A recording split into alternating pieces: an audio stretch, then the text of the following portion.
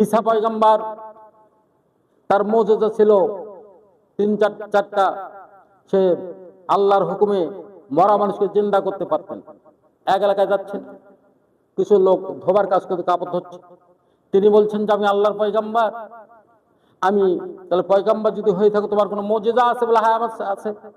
বলে এইখানে আমাদের বাপ দাদার কবর, এই কবর থেকে বের করো তো দেখি, জিন্দা করো আমার দাদাকে। আল্লাহর পয়গম্বর মুসা কালিমুল্লাহ কবরের পাশে দাঁড়াইয়া বললেন, ও কবরবাসী, কুম বিসমিল্লাহ, আল্লাহর হুকুমে জিন্দা হয়ে যাও। বলি সুবহানাল্লাহ।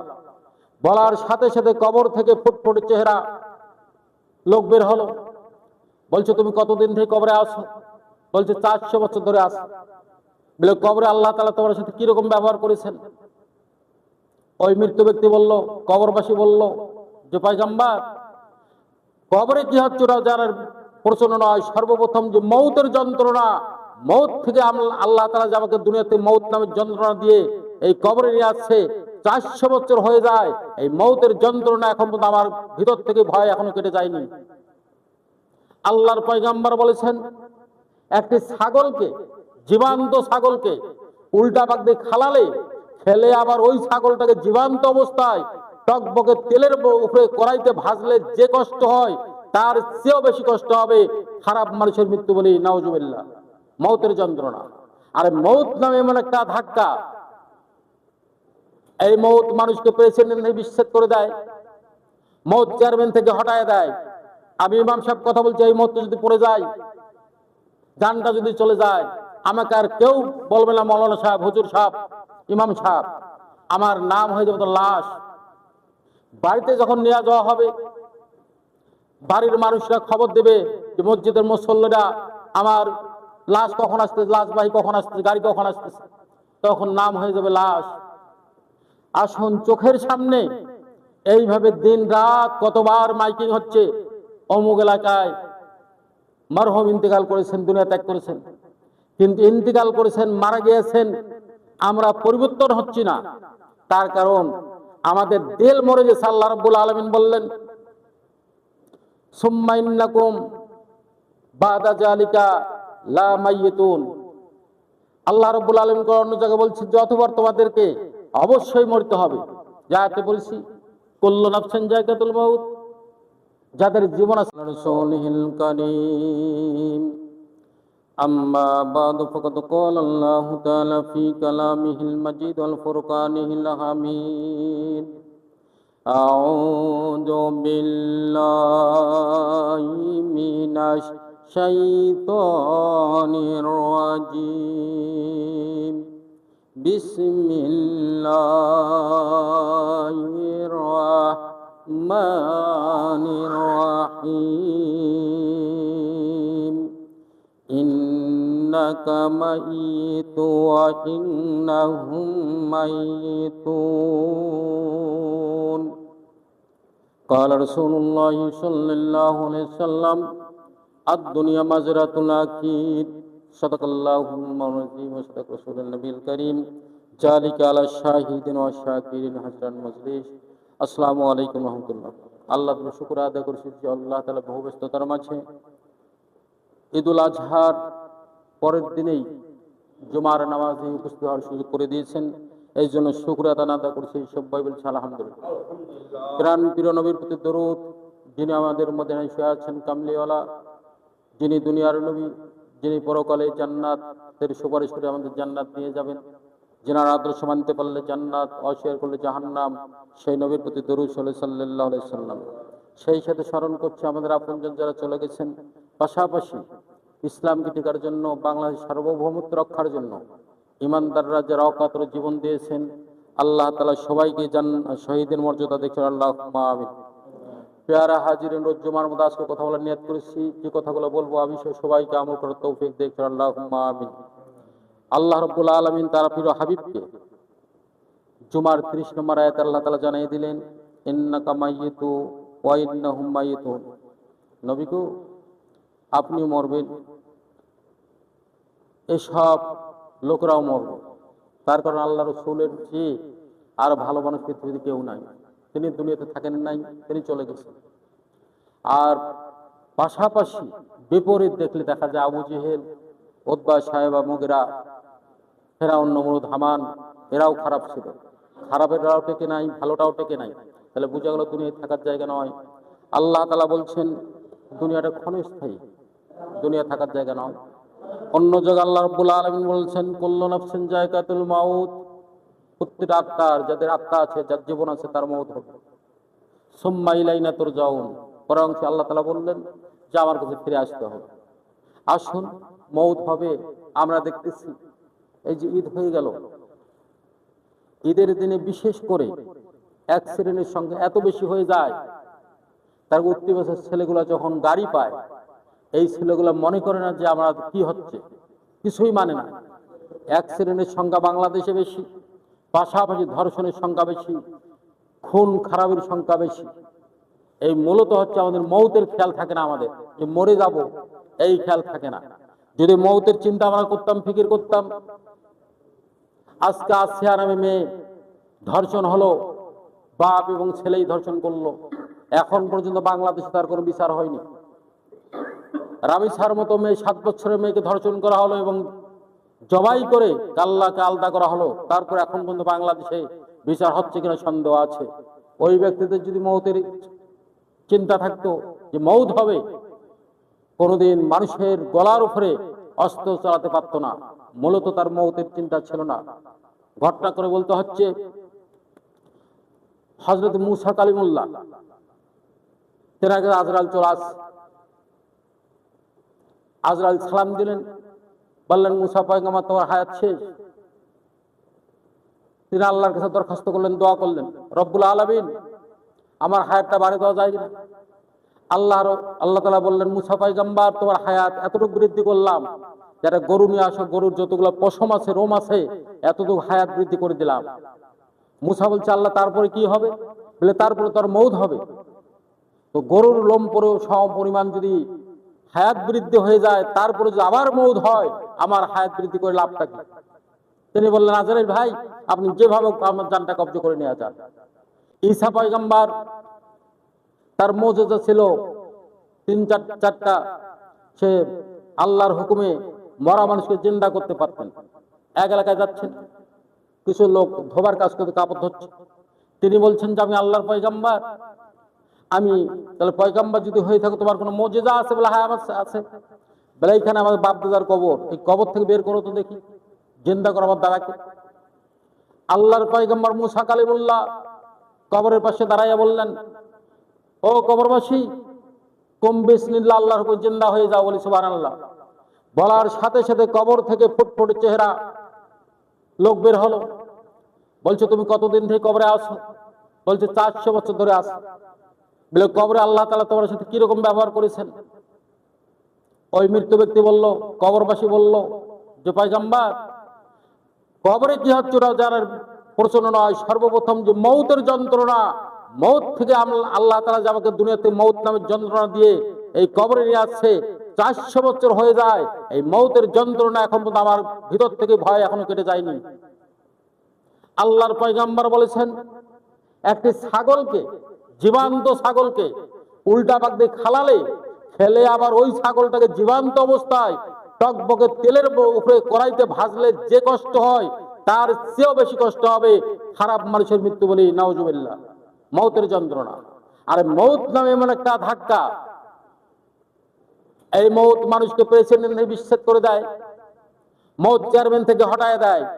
আমি ইমাম সাহেব কথা বলছি, এই মৌত যদি পড়ে যায়, জানটা যদি চলে যায়, আমাকে আর কেউ বলবে না মৌলানা সাহেব, হুজুর সাহেব, ইমাম সাহেব, আমার নাম হয়ে যাবে তো লাশ। বাড়িতে যখন নিয়ে যাওয়া হবে, বাড়ির মানুষরা খবর দেবে যে মসজিদের মুসল্লিরা আমার লাশ কখন আসতেছে, লাশবাহী কখন আসতেছে, গাড়ি কখন আসতেছে, তখন নাম হয়ে যাবে লাশ। আসুন, চোখের সামনে এইভাবে দিন রাত কতবার মাইকিং হচ্ছে, অমুক এলাকায় মরহুম ইন্তেকাল করেছেন, দুনিয়া ত্যাগ করেছেন। কিন্তু ইন্তেকাল করেছেন, মারা গিয়েছেন, আমরা পরিবর্তন হচ্ছি না। তার কারণ আমাদের দিল মরে গেছে। আল্লাহ রাব্বুল আলামিন বললেন, সুম্মা ইন্নাকুম বাদা যালিকা লা মাইয়িতুন। আল্লাহ রাব্বুল আলামিন অন্য জায়গায় বলছেন যে অতঃপর তোমাদেরকে অবশ্যই মরতে হবে। যা আয়াতে বলছি, কুল্লু নাফসিন যায়কাতুল মাউত, যাদের জীবন আছে তার মউত হবে। সুম্মা ইলাইনা তুরজাউন, আমি প্রায় বলি গাছ মরে যায়, বনের সাপ মরে যায়, বাঘ ভালুক মরে যায়, কুল্লু নাফসিন যায়কাতুল মাউত, এদের বেলায় শুধু এই আয়াতটা যথেষ্ট যে মরে যায়, মানুষও মরে যায়, মরণশীল।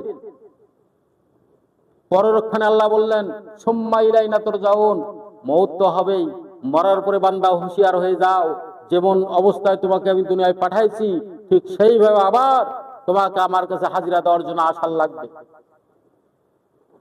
কিন্তু আমরা ভরক্ষেপ করতেছি না, চিন্তা করতেছি যে মানুষ মরে যাবে, মরার পরে কি অনেক ব্যাককেল মানুষ বলেই থাকে মরার পরে কি হবে, কি আর দেখবে। পৃথিবীর যত আগুন আছে এই আগুনটাকে যদি এক জায়গায় করা যায়, তারপর জাহান্নামের এক কোনা আগুনের জাহান্নামের আগুনের বিন্দুমাত্র আগুনের তাপ তার চেয়ে বেশি হবে। পেয়ারা হাজির লক্ষ্য করুন, জাহান্নাম থেকে কোন এক কন্যা থেকে যে একটু আগুন বের হয়ে যায়, গোটা দুনিয়া তামা হয়ে যাবে, পুরোই ছাই হয়ে যাবে। সেই জাহান্নামে লক্ষ লক্ষ কোটি কোটি বছর ধরে জ্বালাতে থাকা হবে। আজকে আসুন, হযরত মুসা পয়গম্বর আর দোয়া করলেন না যে আল্লাহ আমার হায়াত বৃদ্ধি করে দাও, তিনি বললেন যে আমার যদি মওত হবে, আজরাইল ভাই এখন নিয়ে যাও। আজরাইল তখন ডান হাতটা তার আস্তে করে বুকের উপর চাপাই দিয়েছেন। কেদায় পড়েছি, মুসা পয়গম্বর বলেন আজরাইল, মনে হয় গোটাল তোর হাতটা আবার শিওরে ঢুকে দিয়েছো, আবার কলিজার উপরে গোটাল পাহাড়টা হয়তো চেপে দিয়েছো, তাড়াতাড়ি হাতটা নামাও, এত ওজন। মুসা পয়গম্বর বললেন, আজরাইল বললেন, ভাই মুসা, আপনি তো পয়গম্বর, এটা সহ্য করতে পারছেন না, আপনার যারা খারাপ মানুষ এর চেয়ে কোটি কোটি গুণ বেশি কষ্ট হবে খারাপ মানুষের জান ধরার জন্য। আল্লাহ রাব্বুল আলামিন সমস্ত মানুষের জান কবজ করার পরে পৃথিবীতে আর কোনো মানুষ নাই। আল্লাহ রাব্বুল আলামিন ডাক দিয়ে, ফেরেশতা আজরাইল, আর কেউ আছে? কয়েছে চারজন বড় বড় ফেরেশতা আছে, জিবরাইল, মিকাইল, ইসরাফিল, আজরাইল। কয়েছে বাকি তিনজনকে জানো কবজ করে দাও। মিকাইলের কাছে আজরাইল চলে যাবে যে তোমার মওত হবে। মিকাইল বলছে এ কেমন কথা, মওত আবার কি? এক পর্যায়ে মিকাইলের যখন জানটা বের করছে, এমন মতে চিৎকার দিচ্ছে, আল্লাহর হাবিব বলেছেন মিকাইলের চিৎকারের ধ্বনি মাশরিক থেকে মাগরিব, পূর্ব থেকে পশ্চিম সমস্ত এলাকায় ছড়ে যাবে। সেই সময় যদি কোনো জীব মানুষ থাকতো, কোনো পশু থাকতো, চিৎকারে সবাই বেহুশ হয়ে সাথে সাথে মারা যাইতো, হার্ট অ্যাটাক করে, এত চিৎকার দেবে। জিবরাইল তাই করবে, মিকাইল, ইসরাফিলের জান কবজ করা হবে। এবার আল্লাহ রাব্বুল আলামিন বলবে যে মালাকুল মউত আজরাইল, এখন কে আছে? কয়েছে আল্লাহ, আপনি আর আমি দুইজনে আছি। কয়েছে তুমি তোমার জানটা কবজ করো। তখন আজরাইল বুঝে ফেলছে জান কবজ করার কি কষ্ট। আজরাইল তখন হযরত আদম আলাইহিস সালাতু সালামের দিকে খেয়াল করলেন।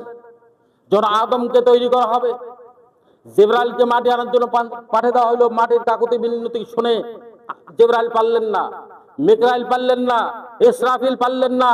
সেই সময় আজরাইল লাফ দিয়ে চলে যাইয়া আল্লাহ রাব্বুল আলামিন সূরা মুলকের শুরুতে বলছেন, আল্লাযী খালাকাল মাউত ওয়াল হায়াত, আমি রব্বুল আলামিন এই জন্য হায়াত এবং মওত দিয়েছি, আমি হায়াত এবং মওত এই জন্য দিয়েছি লিয়াবলুয়াকুম আইয়ুকুম আহসানু আমালান, যে আমি দেখতে চাই কোন বান্দা বেশি আমল করে।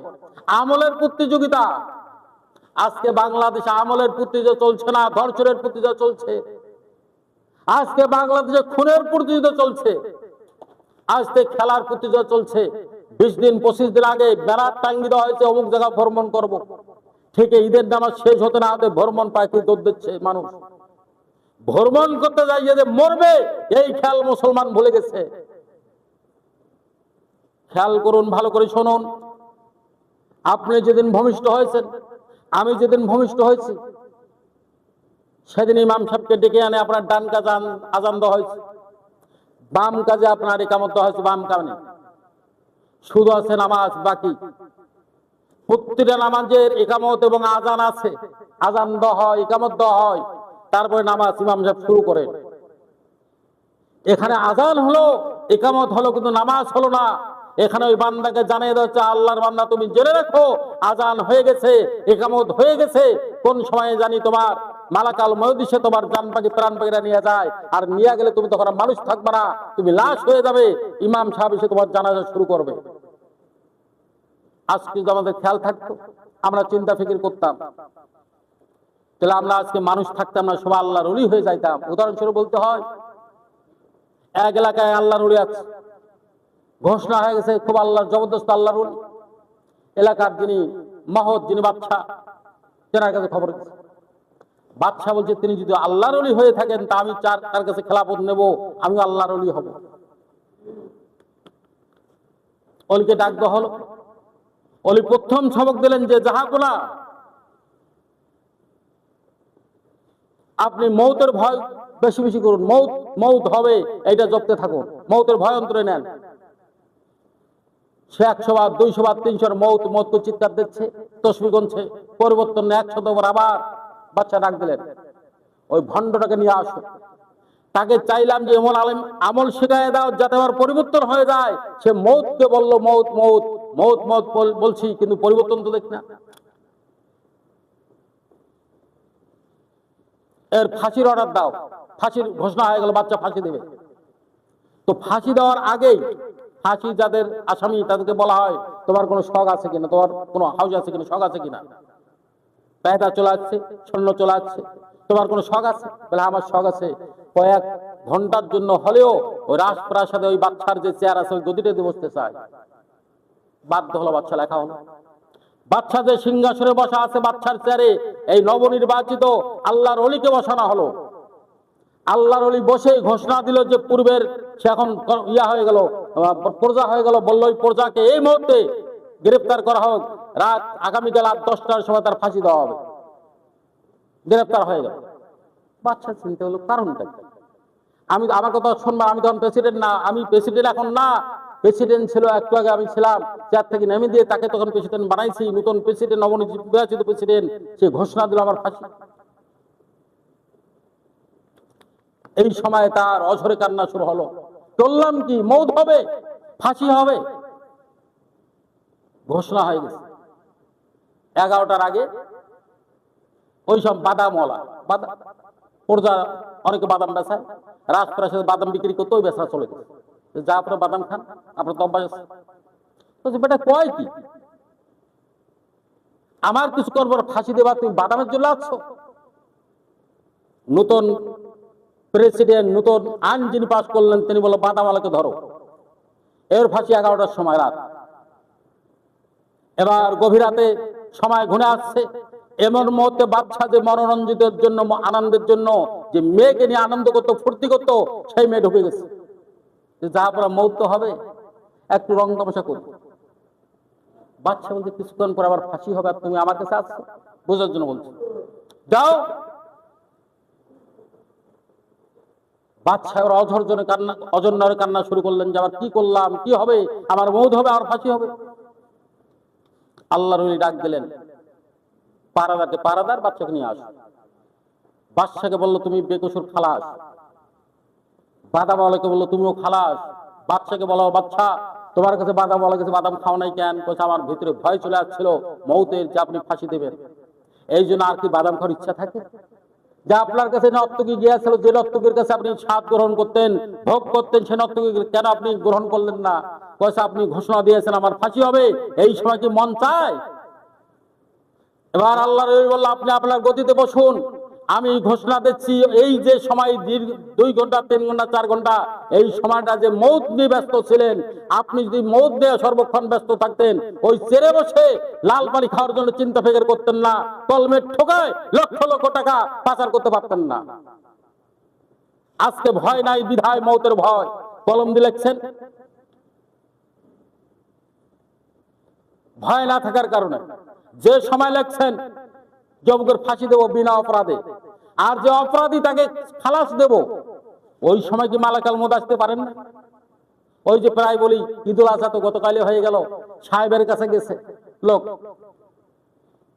উৎকোষ নিয়ে, ঘুষের টাকা নিয়ে। সাহেব বলছে একটু বাড়িয়ে দেন, সামনে ঈদ। সামনে ঈদ একটু বাড়াইয়ে দেন। তার কারণ নিয়ে গেছে যে টাকা সাহেবের মন সন্তুষ্ট না, সাহেব চাচ্ছে একটু বাড়াইয়ে দিন। সাহেব যদি বুঝতো যে আমার মৌত হবে, আল্লাহর জাতের কসম করে বলছি ওই ক্রেতাকে, ওই মাসিকে, ওই লোকটাকে কখনো বলতে পারতো না আমার হাদিয়াটা বাড়াইয়ে দাও। তার কারণ মৌত যে হবে আমরা কোন ফর্মেই ভুলে যাচ্ছি, দিনকার দিন ভুলে যাচ্ছি। মৌতের যন্ত্রণা কঠিন, অত্যন্ত ভয়াবহ, অত্যন্ত ভয়াবহ। আজকাল মৌত থেকে বেগাফেল ভুলে যাচ্ছি, সব ভুলে যাচ্ছি। যার কারণে দেখি লাশ কবরে নামাচ্ছে, আপনজনরা কবরে নামাচ্ছে, লাশ চলে গেছে, তারপর দেখবেন গ্রুপে গ্রুপে তার নিয়ে চিন্তা না করে, তিনি মরবেন তেনার কোনো চিন্তা না করে সর্বক্ষণ চিন্তা, তোমার দেখা নাই কি অবস্থা, কেমনি করলা, ছেলে মেয়ে কয়জন, এলা হয় কিনা নিজের আলাপ করতেছে। কিন্তু মোট লোকটা যে মরলো, তার ভাই মারা গেল, তার বাপ মারা গেল, তার বোন মারা গেল, মরার পরে এখন তার কি হবে? এই জন্য তো আল্লাহ রাব্বুল আলামিন ঘোষণা দিলেন, মিনহা খালাকনাকুম ওয়া ফিহা নুইদুকুম ওয়া মিনহা নুখরিজুকুম তারাতান উখরা। কোরআন শরীফ আয়াত 200 এখন বলছে মাটি দেওয়ার এটা দোয়া না, ঠিক আছে মাটি দেওয়ার দোয়া না, এই দোয়াটা পড়লে, আয়াতগুলো পড়লে তো সব পাওয়া যাবে। আল্লাহ রাব্বুল আলামিন ঘোষণা দিলেন যে বান্দা দেখ, তোমার মুখের সামনে তোমার বাপ চলে গেছে, তোমার মা চলে যাচ্ছে, মাকে মাটি দিচ্ছ, তোলার আদরে না দিলে চলে গেল, মাটিটা নিয়ে মেনহা খালাকনাকুম একটু অনুতপ্ত হও যে এই মাটির থেকে আমার নাতিকে তৈরি করা হয়েছে যেভাবে আমি রব্বুল আলামিন, আল্লাহ রব্বুল আলামিন, আমি সলিমুদ্দিনকেও সেইভাবে তৈরি করা হয়েছে। আমার মুখের সামনে আমার বাপকে যেরকম মাটি দিচ্ছি, উপরে মাটি থাকবে, দুই সাইডে মাটি, নিচে মাটি, আমাকে একদিন আজ হোক কাল হোক এই মাটির সাথে আমার আত্মীয় স্বজন না, এইভাবে তুমি মিশাইয়া দিবি। ওয়া মিনহা নুখরিজুকুম তারাতান উখরা, 3 বার মাটি দিয়ে হাতে নিয়ে একটু অনুতপ্ত করো যে মাটির থেকে আল্লাহ তাআলা ঘোষণা দিয়েছেন আবার আমাকে জিন্দা করবে। অনেক ভদ্রলোক দেখেছি দূর থেকে একটু উঠে নিয়ে দূর থেকে ফিটকে দেয়। মাটি নাও, মাটি দেওয়ার সময় একটু অনুতপ্ত হও যে আমার ভাইটা লাশ হয়ে চলে গেল কবরে, কি অবস্থায় থাকবে? যে মাটা চলে গেল শীতের দিন, কোন করে শীত, যে মা আমাদেরকে এত কষ্ট করে লালন পালন করলো, এ সাইড যখন পেশাব করলাম ও সাইডে রেখে দেয়, ও সাইডে যখন পেশাব করলাম মা বুকের উপর রেখে সারা দিন বসে পাহারা দিত। সেই মা চলে গেল, একটাবার মায়ের দিয়ে খেয়াল করলাম না, মার কেথা দিলাম না, কম্বল দিলাম না, বালিশ দিলাম না, এত বিল্ডিং করলো, বিল্ডিং এর আরামায় দিলিতে পারলাম না। যে মা চলে গেল মায়ের জন্য একটু খেয়াল করলাম না। আসুন মৌত হবে, মৌতের জন্য আমরা সর্বক্ষণ ফিকির করি। তার কারণ যা কিছু করছি, ইন্নাস সালাতি ওয়া নুসুকি ওয়া মাহিয়া মামাতি লিল্লাহি রাব্বিল আলামিন, আল্লাহ মৌত আল্লাহ দিয়েছেন, হায়াতটাও আল্লাহ দিয়েছেন, সর্ব অবস্থার জন্য আমাদের জান এবং মাল সবকিছু রব্বুল আলামিনের জন্য, আমাদের ইবাদত আল্লাহর জন্য, আমার বেঁচে থাকা হায়াত আমার আল্লাহর জন্য, আমার মৌত আল্লাহর জন্য। এই ফিকির যদি সর্ব মানুষের সর্ব অবস্থায় থেকে থাকে, সেই মানুষটা মানুষ থাকতে পারে না, আল্লাহর অলিতে পরিণত হয়ে যায়। আসুন আল্লাহর জন্য সবাইকে আমাদের মৌতের কথা খেয়াল করে বেশি বেশি ইবাদত করতে তৌফিক দেখ। আমা তৌফিক ইল্লা বিল্লাহ। আসসালামু আলাইকুম ওয়া রাহমাতুল্লাহ। আল্লাহু আকবার, আল্লাহু আকবার।